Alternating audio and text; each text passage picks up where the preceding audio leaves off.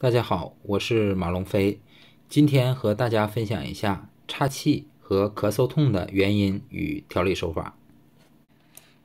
说到岔气或者是咳嗽痛，那么我们先来了解一块肌肉，那就是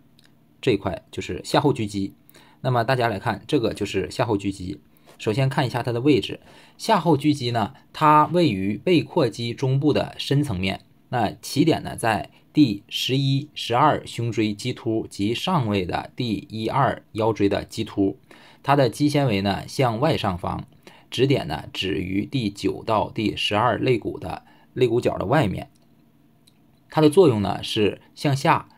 拉肋骨向后，并固定肋骨，它有协助膈的呼吸运动也就是助呼吸的作用。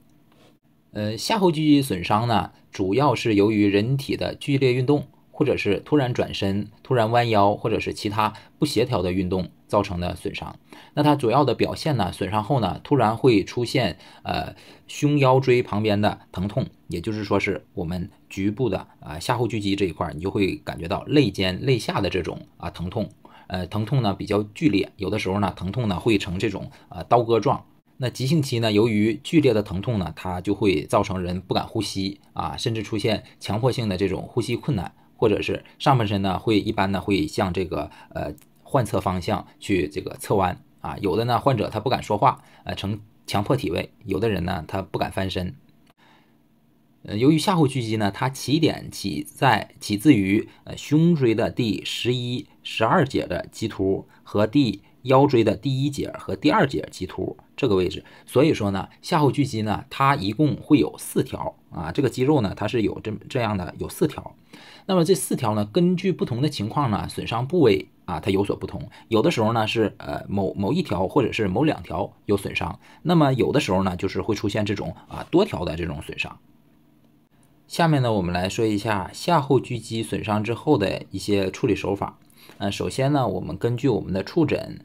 检查出来某一条或者是某几条肌肉有损伤之后，在它的损伤的这一条肌肉的对应的，我们可以找到它的这个，比如说胸椎的第11节和第12节这2节肋骨。这2节这个棘突，我们就可以用手呢，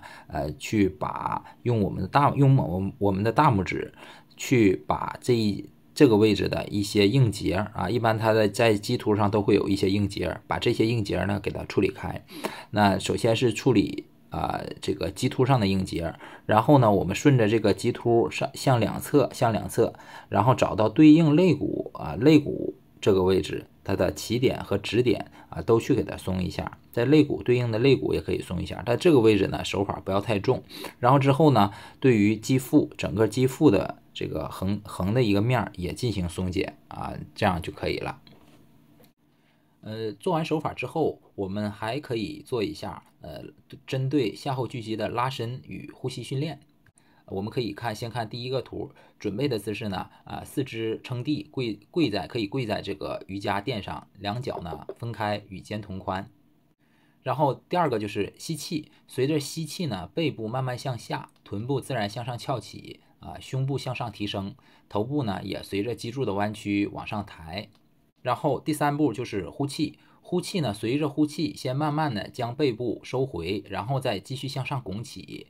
腹部呢慢慢收紧，脊柱形成一个拱形头部随着呼气和背部的拱起慢慢向下，眼睛呢看大腿。这个时候呢就可以针对下后锯肌进行一个有效的拉伸。这样呢，通过我们的手法和下后锯肌的一个拉伸与呼吸训练，那么就可以有效的